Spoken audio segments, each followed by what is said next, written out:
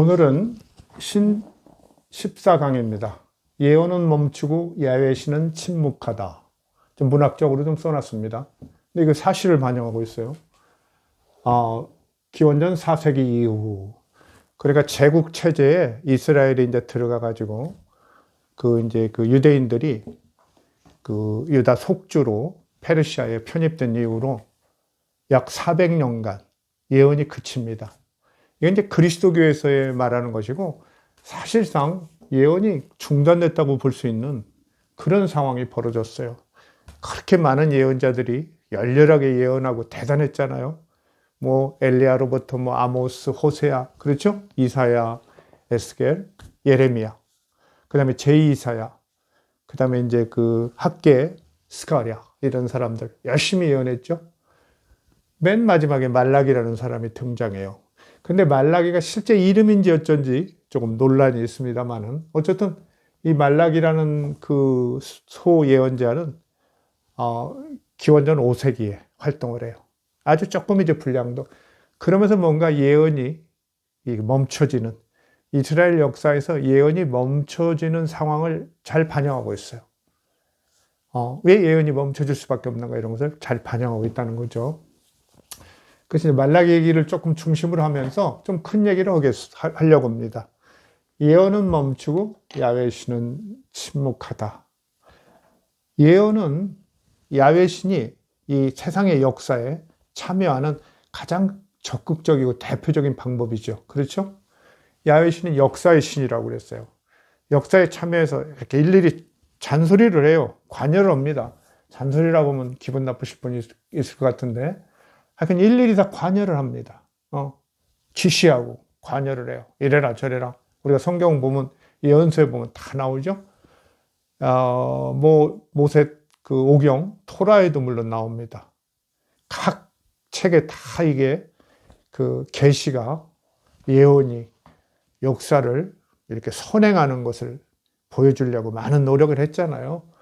나중에 그건 제가 좀 비판적으로 좀 보겠습니다만은 그래서 이제 이 역사의 신인데 지금 페르시아 제국의 그런 지배를 장기간 받으면서 그 뒤로도 또 이제 제국의 지배가 계속되면서 야훼가 그렇게 현실 역사에서 계시를 하고 그것을 성취할 수 있게 할 수 있는 그런 게 막혀버려요.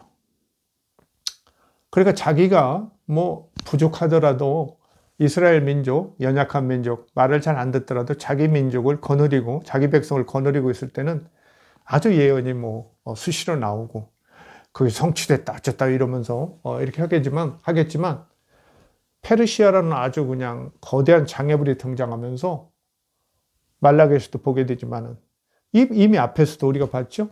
제2이사야 같은 사람 어때요? 아주 예언을 그냥 영광된 하나님이 통치하는 나라가 이룰 것이다 했지만 식민지로 끝나버리고요. 그렇죠? 학개나 스가랴 같은 사람도 또 스룹바벨이 왕이 되는 다윗 왕조가 이렇게 재건되는 그런 어떤 영광된 독립국을 꿈꿨는데 그것도 그냥 사라져 버렸죠.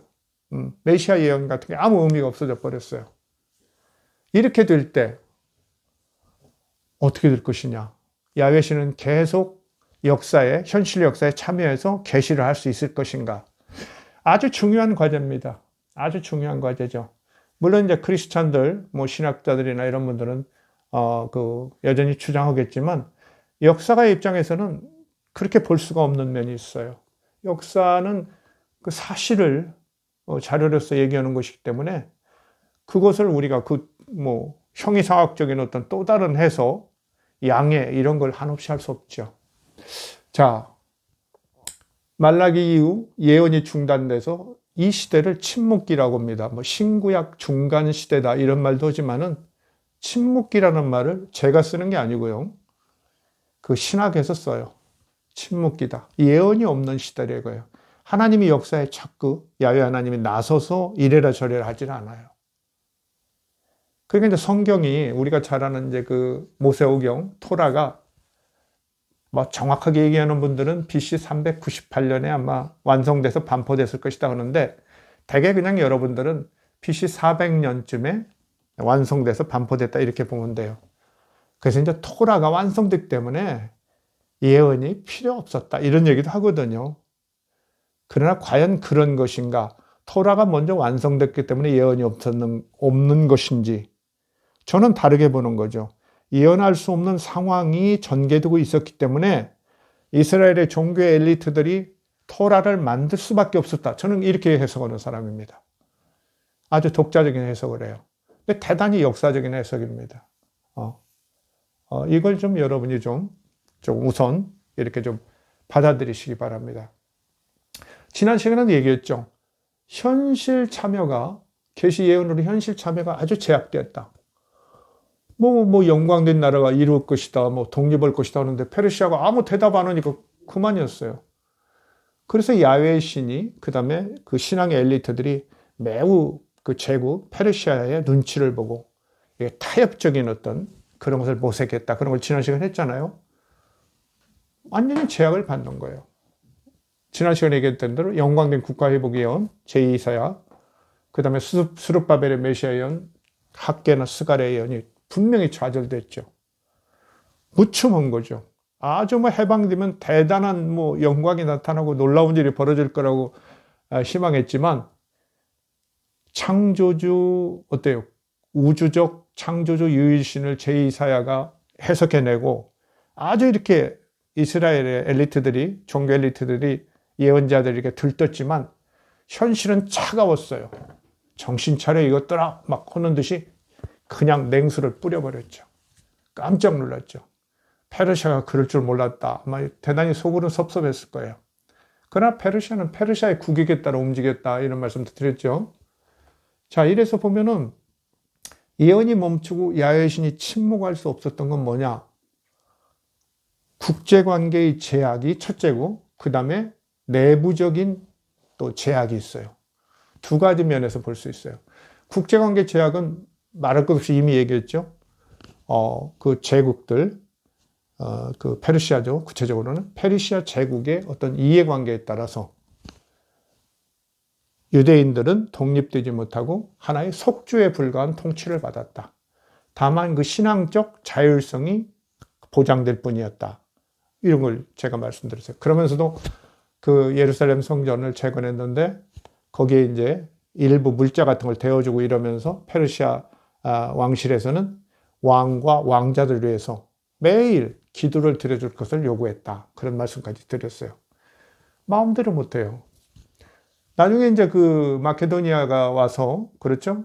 프톨레 그 왕조 이집트 쪽하고 또 셀루코스 왕조가 시리아 쪽에 쓴 다음에도 역시 그렇죠. 마음대로 못하죠. 마음대로 못해요. 그러니까 대의적 제약이 없을 때는 마음대로 예언들을 했는데 예언자들이 자기의 의견을 막 공표할 수 없는 거예요. 그런 일이 벌어졌죠. 그러니까 제국과 식민지라는 국제관계의 제약 속에서 예언은 멈출 수밖에 없었다. 예언을 어떤 예언을 했어요? 우리가 잘 아는 이스라엘의 예언자들의 종류가 매우 많아요, 사실. 그냥 점쟁이 같은 예언자들도 있고요. 그 다음에 이제 궁정에 속한 그 예언자들도 있고, 주로 전쟁이나 이런 것에 대해서 점을 치는 그런 예언자들. 그 다음에 이제 우리가 가장 주목하는 것은 사실은 이스라엘의 문서 예언자들인데요. 문서로 성경책에 남겨있는 그런 예언자들이에요. 근데 이 사람들은 어떤 전통에 속했다기보다는 아주 어떤 개성 넘치고요. 열정이 넘치는 사람들이었어요. 그 현실에 대해서 관심도 많고 하나님의 어떤 정의랄지 이런 것에 대한 그 어떤 그 열정이 있기 때문에 그런 측면에서 사회를 비판하고 문제점을 지적하면서 나타나는 거예요. 개성이 강한 카리스마적, 우리가 그렇죠? 카리스마적 어떤 예언자다 이런 얘기를 하거든요. 그러면서 이 사람들은 자기가 야훼 하나님을 대언한다는 자부심을 갖고 있었어요. 그래서 이사야나 예레미야 같은 경우를 보면 그렇죠? 천사가 막 입을 치쥐고 말씀을 넣어주고 그런 내용 구절이 있어요. 자기는 그냥 대언자다. 이런 얘기를 하는 거죠. 그런데 그 이스라엘의 그 문서 예언자들, 이렇게 카리스마적인 이런 문서 예언자들, 하나님의 말씀을 대언한다는 그 사람들이 선포하는 건 뭐냐면 하나님의 정의예요. 사회적 정의, 윤리적 정의이고 이제 종교적 정의인데 하나님의 정의, 야훼신의 정의. 그 정의에 어긋나니까 심판을 선포하는 거예요. 심판. 너희들 이렇게 안 지키니까 반드시 심판하리라. 막 이렇죠. 막 심판을 예언해요. 근데 심판을 예언해 놓으면 막 다 겁에 이렇게 그냥 주눅 들어버리죠.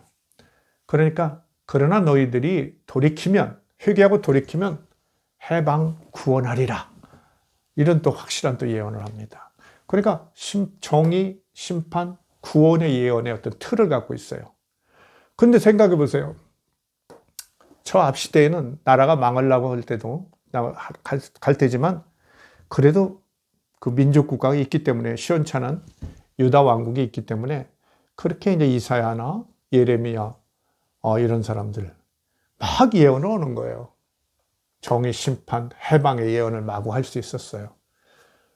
그런데 어떻습니까 지금? 제2사야는 해방의 기운이 도니까 용기를 내서 예언을 하다가 바벨론 치하에서 제국치하에서 예언하다가 아마 처형당했을 것이다. 그렇게들 많이 봐요.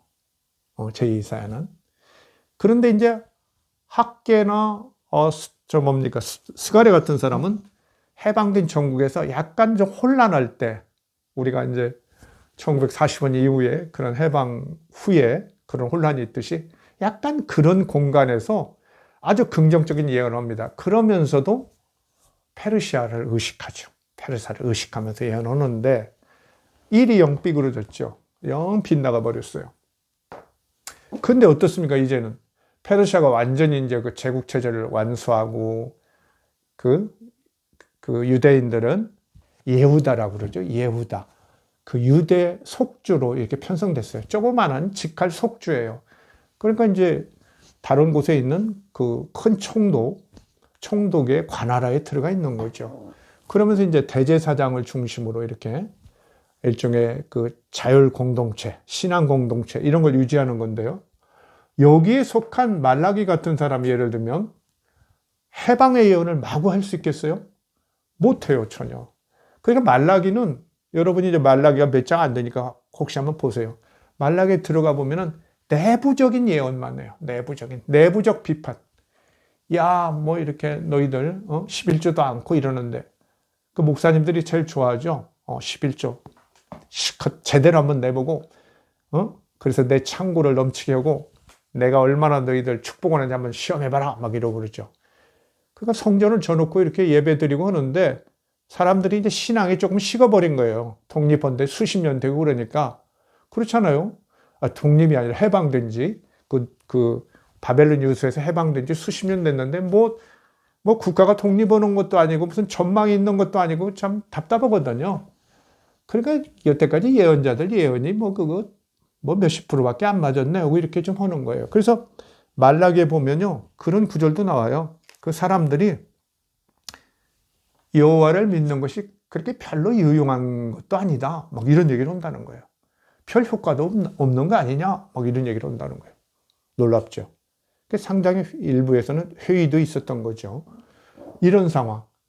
그러니까 신앙의 어떤 그 열정도 무너지고 사회적 정의도 제대로 지켜질 리 없죠. 원래 토착민들 이런 사람들이 그다음에 또 가난한 사람들 이런 사람들에 대한 어감이나 수탈이 여전히 계속되고 그러니까 사회적 정의와 심판은 선포해요. 말라기는. 그런데 민족의 해방이나 구원은 전혀 얘기 못해요. 왜? 페르시아가 아주 눈을 부라리고 있는데요. 꼼짝 못하는 거예요. 이러면서 이제 말라기 예언은 맨 마지막 예언인데 5세기 중엽 이후의 예언인데 국제관계 때문에 내부적 어떤 예언만 하고 해방을 얘기하지 못해요. 정의와 심판을 얘기하면서 구원을 얘기하지 못하면, 해방을 얘기하지 못하면 반쪽짜리 예언이 되는 거죠. 그러니까 사실은 말라기 같은 사람은 여러분이 보시면 알겠지만 아는 분은 잘 알죠. 종말에 관한 예언을 적극적으로 하기 시작해요. 마지막 날, 그날이 오면, 우리가 옛날에 그날이 오면 그런 노래도 있는데, 그렇죠? 그날이 오면 마지막 여호와께서 이 땅에 심판하시고 그야말로 하나님 나라를 이루는 그날이 오면 악인은 아주 그냥 대가를 단단히 치를 것이며 어때요? 선한 사람들은, 의로운 자들은 정말 하나님의 놀라운 축복을 받을 것이다. 이러면서 그렇게 종말론을 적극적으로 예언하게 됩니다. 그래서 어쨌든 전통적인 이스라엘 문서 예언자들의 정의, 심판, 구원이라는 이런 그 도식은 약간 좀 변형을 가져와요. 변형. 다음 시간에도 얘기하겠습니다만은 이런 변형으로서 야훼 신은 현실 역사의 신으로서의 한계를 이제 조금 극복해가는 그런 모습을 이제 취하는 겁니다. 이제 다음 단계로 가면 그건 다음 시간에 제가 좀 말씀을 드리겠습니다. 어쨌든 이렇다. 그 민족 내부의 예언 및 야훼 신앙에 대한 회의가 이렇게 증가하고 있었다 이런 거예요. 국제관계의 제약 때문에 해방을 예언은 전혀 못하고 민족 내부에서도 그러다 보니까 예언에 대해서 뭐 맞지 않은 게 맞네 이러면서 회의하고 야훼 신앙 자체에 대해서 사람들이 그렇게 열심을 안 내요. 뭐 그러니까 유일신이라고 대단한 전능하신 신이라고 하시더니 뭐 바벨론 아니죠 페르시아에 대해서는 뭐 어쩔 수가 없으시네 이렇게 되는 거죠. 그 다음에 이제 그 사제들이었지 이런 사람들의 어떤 타락 이런 게 막 문제가 되죠. 그 사람들이 그 열심을 낼 이유가 없는 거죠. 회의가 증가해요. 그 다음에 또 하나가 중요한 게 있는데요. 내부적으로는 현실 식민지 체제에 안주하려는 경향이 이렇게 증가해요. 우리도 일제시대에 그렇죠. 너무 오래 계속되니까 그 친일파들 중에 그렇죠. 우리가 잘 아는 뭐 누굽니까? 이광수, 최남선 같은 사람 나중에 포기한 거죠. 민족 뭐 독립을 하려다가 그 다음에 어떤 민족을 갱신해 보려다가 그렇죠. 나중에는 어때요? 그냥 일본 제국으로 그냥 식민이 되는 게 낫겠구나 이러면서 그냥 포기하는 거죠. 이렇게 현실 식민 체제 안주하는 사람들이 늘어가는 거죠. 특히 이제 그 엘리트층들. 그래서 이제 그 사제랄지 이런 사람들, 그 상층, 부자들 이런 사람들. 이런 사람들이 현실 식민지 체제 안주예요. 그래서 사람들은 뭐 이제 그 야훼 신앙에 대해서 자꾸 이 대중들이 상당수가 이제 조금씩 잊어가고 그러니까 의례적, 의식적인 신앙으로 바뀌어가는 거죠. 구원 해방의 어떤 메시지가 아니라 그냥 믿는 신이죠. 그냥 제사 지내고 뭐 그렇게 제사 지내고 그러면 좋다고 그러니까 이러면서 그냥 예루살렘 성전에서 제사 지내고 그러는 거죠. 현실 식민지 체제에 안주하는 사람이 늘어난다. 이러니까 해방을 그렇게 원하지는 않는 거예요. 뭐 좋네, 뭐 다윗 왕조 할 때 뭐 대단한 거 있었어? 맨날 침략만 당하고 외국 강대국 같아. 그 페르시아의 지배를 받으니까 뭐 왕한테 낼 세금을 그냥 페르시아에 내고 뭐 이건 뭐 다른 나라가 감히 우리를 건드리나? 뭐 이러는 거죠. 그 현실적인 평안이 있는 거죠. 저도 뭐 이 준비하는 과정에서 이렇게 자료들을 찾다 보니까 유토피아 중에는 현실 유지의 유토피아도 있다는 거예요. 어떤 분이 아주 재밌게 얘기를 해놨어요. 현실 유지라는 유토피아도 있다. 그래서 사람들이 이렇게 장기간 어떤 체제에 들어가면 그냥 뭐 이게 뭐 괜찮네. 그냥 그럭저럭 살만하네. 이렇게 된다는 거예요. 그래서 이런 현실 유지 자체를 그냥 긍정적으로 보는 이런 흐름이 유대인 사회 내에 이렇게 확장되고 있었다. 나중에 가보면 그렇죠. 마케도니아 그 밑에 가면은 어때요? 이집트의 지배 토톨레마이오스인가요? 그 왕조의 지배를 받을 때는 아주 상당히 교역도 많이 오고 그러면서 아주 잘 살았어요. 평안하게. 이런 사람들이 그렇게 이런 정의, 심판, 해방의 그런 뭐를 원하지는 않는단 말이죠. 그런 야훼 하나님의 예언이나 경고 이런 걸 좋아할 리가 없죠. 좋아할 리가 없어요. 그러면서 이제 예언은 할 수도 없고 그렇죠. 누가 환영하지도 않는 이런 아주 공교로운 상황이 된 거죠. 그러니까 예언자들이 뚝 그쳤어요. 말라기 이후로. 말라기는 겨우 이제 내부적 예언을 했는데 그 뒤로 그쳐요. 이제 말라기를 이제 편집한 그 편집자들이 있었을 거 아니에요. 몇 차례 이제 편집을 했을 텐데 거기에 보면 이제 재밌는 그런 구절이 있죠. 말라기 4장이 마지막 장인데 6절까지밖에 없는데 그 4장 5절에 보면 보라 여호와의 크고 두려운 날이 이르기 전에 내가 선지자 엘리야를 너희에게 보내리니 6절에 그가 아비의 마음을 자녀에게로 돌이키게 하고 자녀의 마음을 그들의 아비에게로 돌이키게 하리라. 이런 얘기 있어요.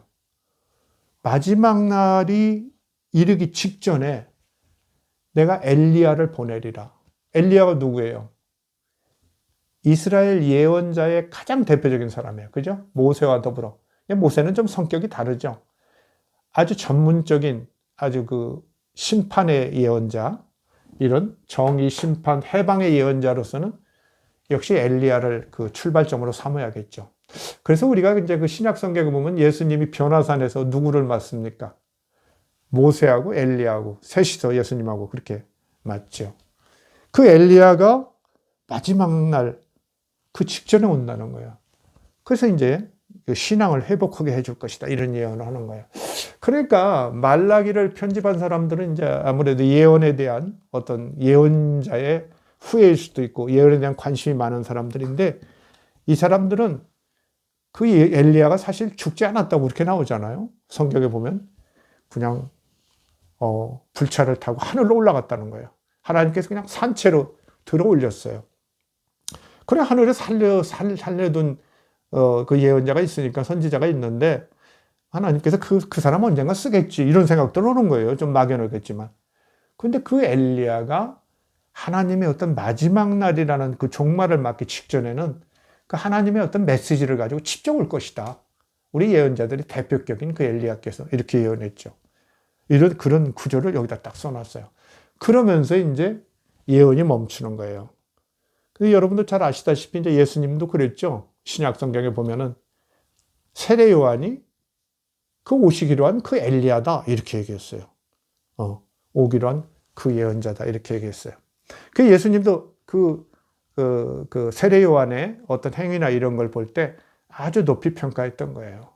그러면서 400여 년간 그친 예언이 다시 터질 때 어떻게 예언이 터졌어요?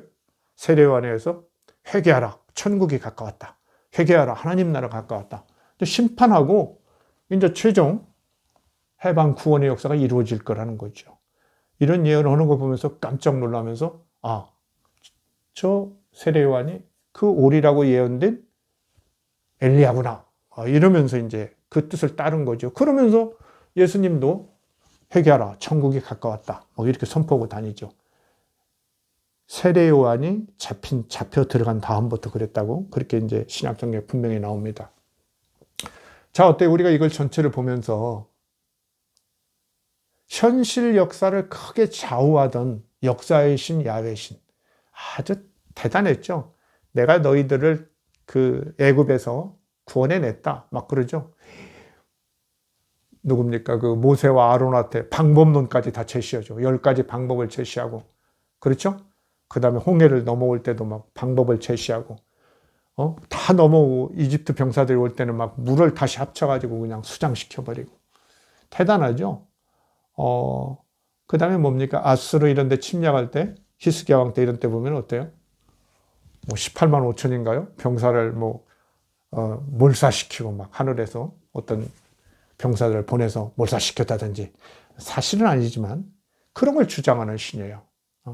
그러면서 이제 70년 예언을 하고 꼭 해방시키리라, 해방시켰다 이렇게 주장했는데 이 제국들이 굉장히 커지고 제국의 어떤 체제가 아주 강화되면서 이스라엘 예언자들이 이렇게 예언하면서 적당히 예언하고 그것이 되면 좋고 안 되면 어떻게 좀 모면하고 이러는 것이 지금 딱 막혀버린 거예요.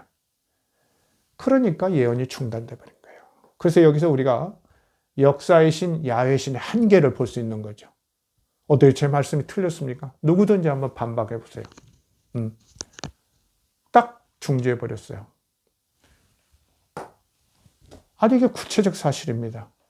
예언의 그 끊어진 예언의 멈춤, 야훼 신의 침묵은 바로 이렇게 제국이라는 어마한 세력이 정말 세계적인 세력이 식민지를 체계적으로 지배할 때 그 연약한 약소민족 유대인들은 어쩔 수 없는 비전도 뭣도 없는 거예요.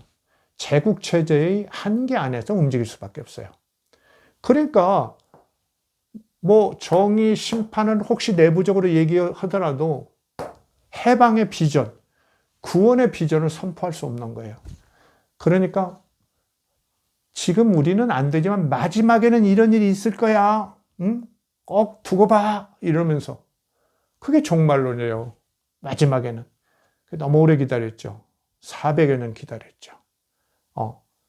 그러면서 이제 세례 요한이 이제 예언하면서 그 종말론 다시 불타올랐다가 결국은 어떻게 보면은 어때요? 그 종말론이나 메시아론 같은 것 때문에 어떤 면은 로마와 적극 충돌하면서 비극을 맞은 면이 있죠. 그래서 우리는 하여간 이 구체적인 역사적인 사실에서 야훼 신은 결국은 기본적으로는 민족의 신으로서 자기가 거느린 민족, 이스라엘 민족이죠. 유대 민족의 역량과 그들의 역사와 함께 할 수밖에 없었다는 걸 우리가 확인할 수 있어요. 그러면서 역사, 문화적인 이런 신, 결국은 그 자기 그 소속 구성원들의 관념적 지지 속에서 신의 존재가 그 실체로서 이렇게 구체화될 수 있는데 그런 존재들은 어때요? 결국은 역사적 한계 속에서 변모할 수밖에 없는 그러니까 정말 살아있는 유일한 궁극적 실체라는 이런 야훼 신 자신의 이스라엘 종교 엘리트들의 주장과는 전혀 관계없는 역사적 현실 속에 있는 제약받는 그런 신으로서의 한계를 가질 수밖에 없었다. 이것을 예언이 멈추고 야훼 신이 침묵했던 이 400여 년의 역사 속에서 우리는 확인할 수 있다. 이걸 말씀드릴 수 있습니다. 저도 뭐 이런 거 얘기하는 게 뭐 그렇게 유쾌하지는 않아요. 그렇죠? 저도 뭐 모태신앙 신앙인으로서 유쾌하지 않지만 또 우리를 진실을 확인함으로써 그렇죠? 또 다른 모색을 알 수 있었거든요. 근데 놀라운 것은 다음 시간에 제가 말씀드리겠지만 당시에 이미 종교적 엘리트들도 이런 제국 체제하에서 야훼 신이 역사의 신으로서 갖는 한계가 어쩔 수 없다는 걸 인정하면서 대안을 마련해 갔어요. 이미 대안을 마련해 갔어요. 그래서 야훼 신앙과 그 이스라엘의 민족 정체성을 유지하기 위한 구체적 노력을 하죠. 그 결과를 뭐 제가 대표적으로 하나를 꼽아본다면 여러분도 너무 잘 아는 바로 이런 대단한 성경이에요. 특히 모세오경, 토라를 위시한 성경. 전 세계에서 어떤 민족이 이런 역사와 정말 신학과 문학과 뭡니까? 별의별 것들이 다 들어있는 이런 종합적인 성서를 편찬한다는 이런 일은 편집하고 편찬하는 이런 일은 전 세계에서 없었어요. 이 이스라엘 유대인들만 이 일을 했어요. 그래서 이들은 왜 그랬을까? 바로 자기들의 주장이 너무 엄청났죠. 유일한 정말 우주적 창조주를 주장했기 때문에. 그러나 이 현실에서 그것을 변증하고 변명할 필요가 지금 확 다가왔죠. 어떻게 하겠어요? 만약에 변증해내지 못하면 어떻게 돼요? 자기 민족의 정체성은 사라지고 그렇죠? 민족도 흩어지고 그렇죠? 뭘로 유지하겠어요? 그렇죠? 자기들의 존립 기반을 야훼 신에 두었는데 그 야훼 신 자체가 그 정체성이 공격받고 허물어지게 생겼는데 그것을 어떻게 수호할 것인가 연구해낸 거죠. 그 결과가 이제 구체적으로 이 구약 성서로 구체화됐다. 이겁니다.